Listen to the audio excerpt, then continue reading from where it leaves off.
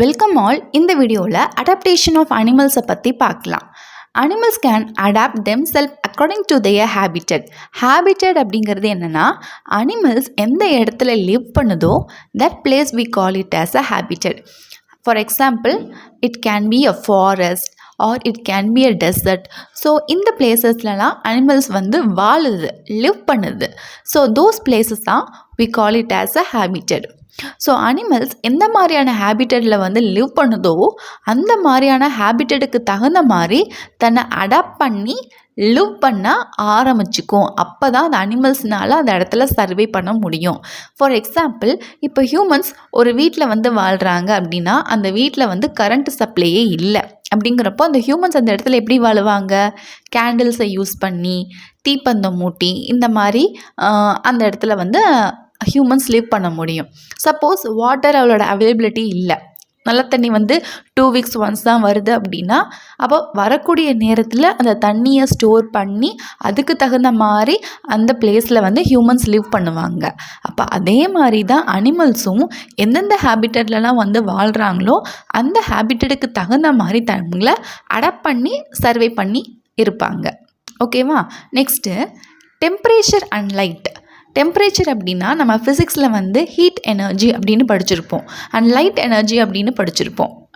இப்போ இந்த ரெண்டுமே 2 ஃபார்ம்ஸ் ஆஃப் எனர்ஜி தான். அப்போ இந்த 2 எனர்ஜியும் ஒரு அனிமலோடைய வேரியஸ் ஸ்டேஜஸ் ஆஃப் லைஃப் ஆக்டிவிட்டீஸை இன்ஃப்ளூயன்ஸ் பண்ணுது. என்னென்ன மாதிரியான ஸ்டேஜஸ் ஆஃப் லைஃப் ஆக்டிவிட்டீஸ் அப்படின்னா, ஃபர்ஸ்ட் ஒன் க்ரோத். அதாவது ஒரு அனிமல் குட்டியாக இருக்குது அப்படின்னா குட்டியிலேருந்து அடுத்தடுத்த ஸ்டேஜஸ்க்கு போய் அந்த அனிமல் பெருசாக ஆகணும். அப்போ அது க்ரோத்தை இன்ஃப்ளூயன்ஸ் பண்ணுது. And metabolism. மெட்டபாலிசம் அப்படின்னா வளர்சிதை மாற்றம். அதாவது ஒரு செல் உருவாகி சில செல் ஆக்டிவிட்டீஸ்லாம் பண்ணி கடைசி அந்த செல் அழிஞ்சு போயிடும், இறந்துடும். இந்த மாதிரியான வளர்சிதை மாற்றங்கள். அண்ட் ரீப்ரொடக்ஷன் அப்படின்னா ஒரு அனிமல் தன்னை மாதிரியே இருக்கக்கூடிய இன்னொரு அனிமலுக்கு பர்த் கொடுக்கறது தான் ரீப்ரொடக்ஷனுங்கிறது. Next moment. மூமெண்ட் அப்படின்னா ஒரு பிளேஸ்லேருந்து இன்னொரு பிளேஸுக்கு அந்த அனிமல் மூவ் ஆகி போகிறத தான் மூமெண்ட்டுன்னு சொல்கிறோம். And distribution. டிஸ்ட்ரிபியூஷன் அப்படிங்கிறது என்னென்னா, இப்போது ஒரு ஏரியாவில் இவ்வளோ தூரம் அந்த அனிமலுடைய பாப்புலேஷன் இருக்குது அப்படின்னா பாப்புலேஷன் இன்க்ரீஸ் ஆக அப்போது இங்கேருந்து இவ்வளோ தூரம் வரைக்கும் அந்த அனிமலுடைய பாப்புலேஷன் டிஸ்ட்ரிபியூட் ஆகி இருக்கும். ஸோ அதைத்தான் நம்ம டிஸ்ட்ரிபியூஷன் அப்படின்னு சொல்கிறோம். And behaviour. பிஹேவியர் அப்படின்னா ஒவ்வொரு அனிமலுக்கும் தனித்தனி பிஹேவியர் இருக்கும். ஸோ இவ்வளோ ஸ்டேஜஸ் ஆஃப் லைஃப் ஆக்டிவிட்டீஸை இந்த டெம்பரேச்சர் அண்ட் லைட் அப்படிங்கிற இந்த 2 ஃபார்ம்ஸ் ஆஃப் எனர்ஜி இன்ஃப்ளூயன்ஸ் பண்ணுது. ஸோ ஒரு அனிமல் எந்த மாதிரியான ஹேபிட்டடில் வாழ்கிறாங்களோ அப்போ அந்த ஹேபிட்டடில் சில extreme condition of temperature and லைட்லாம் இருக்கும். டெசர்ட் எடுத்துக்கிட்டிங்க அப்படின்னா அங்கே ஹையான டெம்பரேச்சர் அண்ட் லைட்டும் ரொம்ப அதிகமாக இருக்கும். இது போலார் ரீஜன், ஆர்டிக் அண்டார்டிக் எடுத்துக்கிட்டிங்கன்னா அங்கே டெம்பரேச்சர் ரொம்ப கம்மியாக, லைட்டுமே அந்த அளவுக்கு அதிகமாக பிரைட்டாக இல்லாமல் கம்மியாக இருக்கும். ஸோ அந்த மாதிரியான extreme condition of temperature and லைட்லேருந்து எஸ்கேப் ஆகிறதுக்காண்டி அங்கே லிவ் பண்ணக்கூடிய அனிமல்ஸ் ஒரு ஸ்பெஷல் ஃபீச்சர்ஸை தங்களுக்குள்ளே டெவலப் பண்ணியிருப்பாங்க. ஒரு ஸ்பெஷல் பாடி பார்ட்ஸை தங்களுக்குள்ளே டெவலப் பண்ணி தான் அந்த இடத்துல சர்வே பண்ணுற மாதிரி அந்த அனிமல்ஸ் லிவ் பண்ணும். ஆர் அதர்வைஸ் ஒரு ஸ்பெஷலான பிஹேவியரல் பேட்டர்ன்ஸ் அந்த அனிமல் டெவலப் பண்ணி இருப்பாங்க. ஸோ இதைத்தான் we call it as a adaptation of animals. Animal அடாப்டேஷனில் இப்போ நம்ம ஃபர்ஸ்ட்டாக பார்க்கக்கூடிய எக்ஸாம்பிள் பேட்டை பற்றி.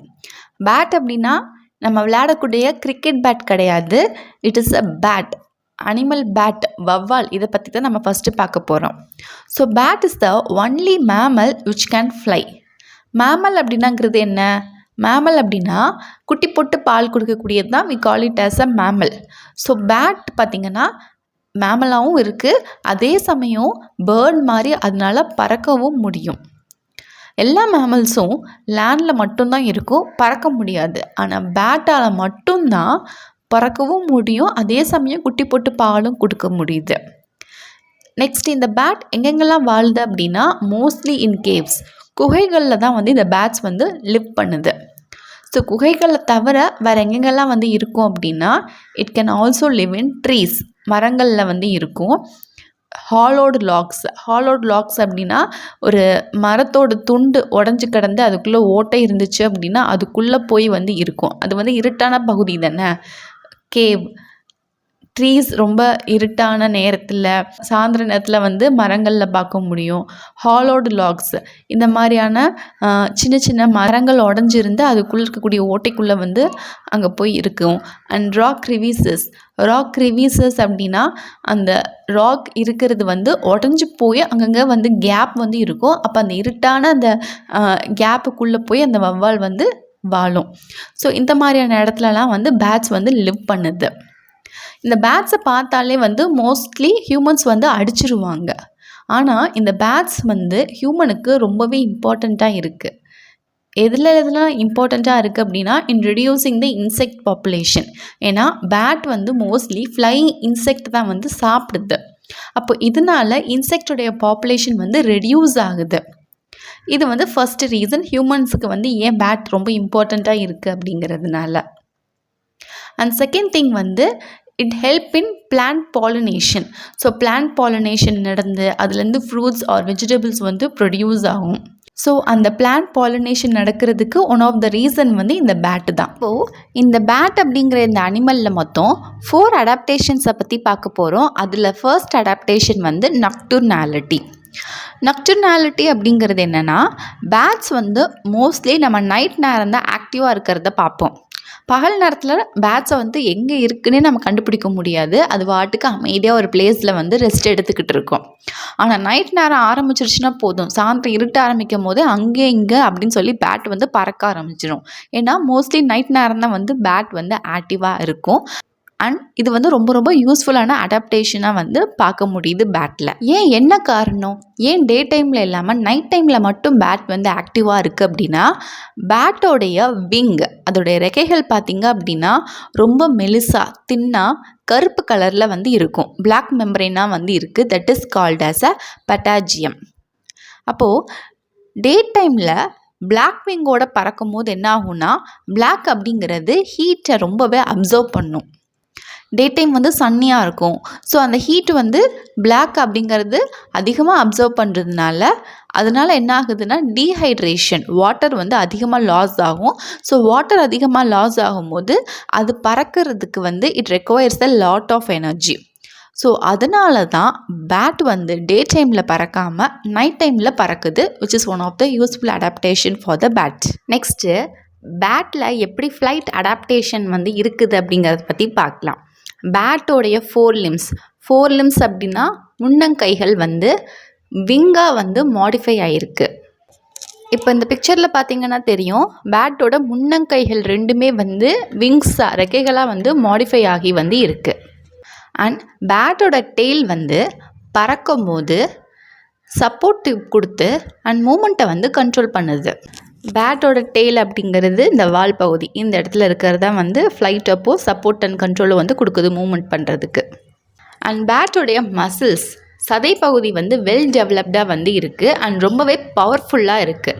ஸோ இது பவர்ஃபுல்லாக இருக்கிறதுனால ரெக்கைகளை வந்து அடித்து பறக்கிறதுக்காண்டி, தட் இஸ் பீட்டிங் ஆஃப் விங்ஸுக்கு அச்சீவ் பண்ணுறதுக்காண்டி மசில்ஸ் வந்து நல்லா வெல் டெவலப்டாகவும் ஹைலி பவர்ஃபுல்லாகவும் வந்து இருக்குது.